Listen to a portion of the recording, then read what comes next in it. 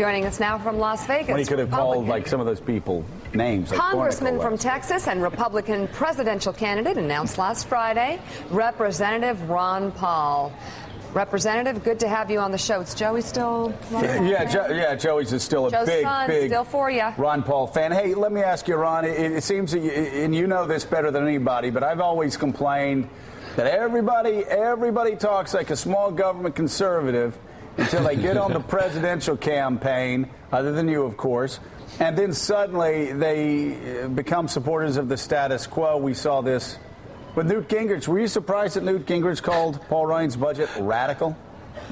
No, but I would predict that you probably weren't surprised. I wasn't surprised. No, I'm actually a little bit surprised that it's so extremely confusing. You know, I can't believe it's gone on for 3 or 4 days. He's had a little bit of experience at politics, so it is a little bit strange. What is your take on Paul Ryan's attempts to change the way Medicare is delivered to Americans? Well, I give him a lot of credit, and I get frustrated because I don't think it's going to last that long to deal with it, because I keep thinking the way we spend money and the way the inflation is coming back, we're going to run up a brick wall a lot sooner. So I don't fully endorse what he wants, but I give him a lot of credit. At least he's going in the right direction. So going in the right direction is always satisfactory. But, it just wasn't enough for me. We're cutting, the proposed increases. There's never going to be any significant cuts. We're always increasing and expanding the role of government, no matter what the talk is. And the people in the country now are sick and tired of it. Okay, so it's just so hard to.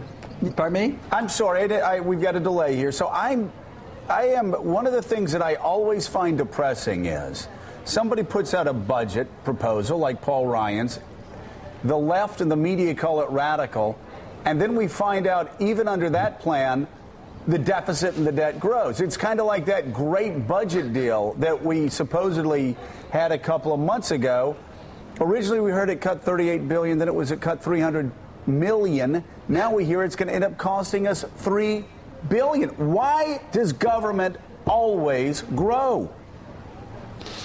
No, I think it's the nature of the constituency. The people want stuff from government, and we got lazy. This country got lazy and believed that you could live off borrowed money and off other people, and we did it for a long, long time.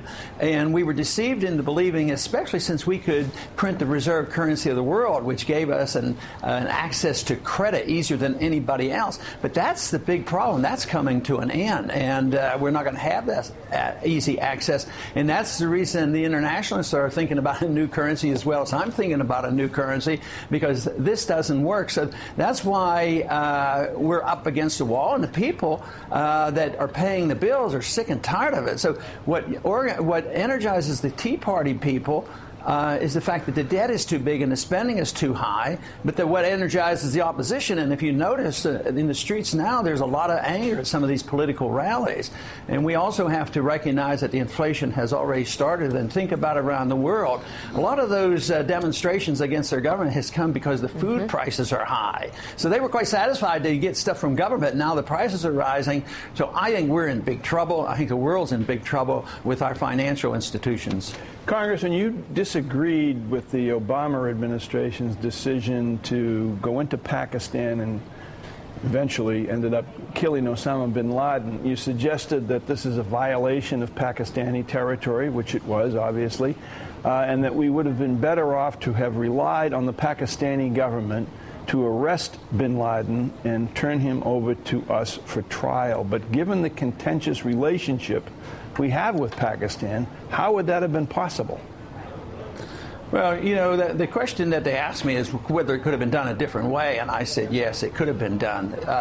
When we dealt with Saddam Hussein, we found him in a rat hole, and we just didn't shoot him. We captured him and tried him, and he got hung, and people know where he is right now. All we've done is raise some questions and fed the people who like conspiracy theories. But no, the relationship with Pakistan, it's an impossible situation. Here is a country that we worked with. George Bush worked with them, and we captured a lot of bad people that brought over, the people responsible for the first bombing on the towers. They became over and convicted and imprisoned, and we worked with them. But you say, well, we can't work with them anymore. But we keep bombing them. We kill innocent people there. How can we, at one time, take a country and pretend that we recognize that they're a friend, give them billions of dollars to do our bidding? At the same time, we kill people over there, and then the people resent this, and they turn against their whole government. I see the whole thing as a mess, and I think that we are going to be in Pakistan. I think that's the next occupation, and I fear it. I think it's ridiculous, and I think our foreign policy is such we don't need to be doing this. So when I talk about doing it differently, I talk about in the context of our foreign policy and not in the fact of whether or not we should have gotten them. Matter of fact, I voted for the first authority. I think what's the real tragedy is that we didn't get them 10 years ago when we could have and should have. And yet we now have spent $1 trillion.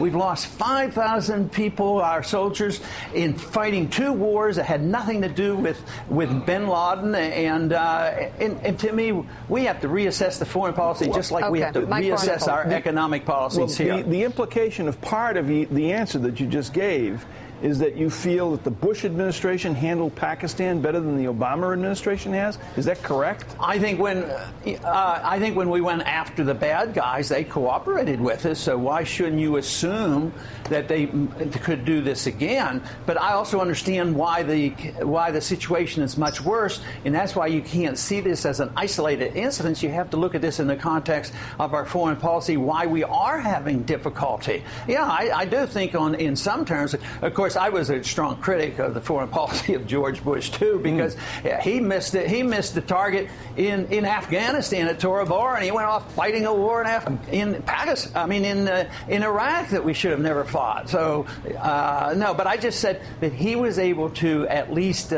work with the security and the government of Pakistan, and we got a lot of bad guys over here. And I was just thinking, the way Saddam Hussein was captured was quite a bit different. And I just think there's more questions now than ever. How many stories have we heard already about the killing of bin Laden? Yeah. I mean, people are supposed to know what their government's doing. And if you ask me exactly what happened, I have no idea, because I've heard so many stories. And I don't know if anybody there on your panel knows exactly what happened on day when he actually died and when they got the DNA evidence and when he was dropped. I mean, I just think that people need to know more about their government. I do not have any information on that. Willie, you sorry to report. You don't know. Nobody knows. So, but that's a conspiracy theory that you just sort of bounced off us. That's what I feel like just happened. Did you just put out a conspiracy theory, Congressman Ron Paul? No.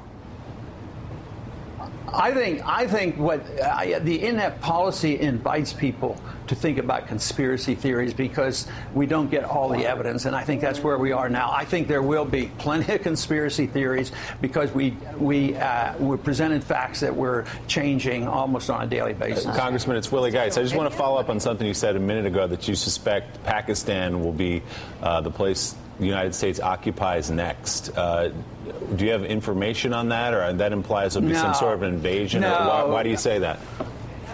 Just because I looked at what has happened in the past 30 or 40 years of all the unintended consequences and what we have done and how we are spreading and the attitudes that has been pervasive in our government for the past 10 years, that we have this obligation to spread our goodness and protect our financial interests. And right now, Pakistan is a big problem. And the people there, we have created a civil war there, in the fact that we go over there and we violate their security, and the people rebel against the government because they see their government as being a puppet of the American government. So it's total chaos, and I am afraid, I hope I'm absolutely wrong, but I'm afraid we will be in Pakistan trying to occupy that country, and it will probably be very unsuccessful. All right, Congressman Ron Paul, thank you for being on the show today. You're welcome. Thank you, Ron.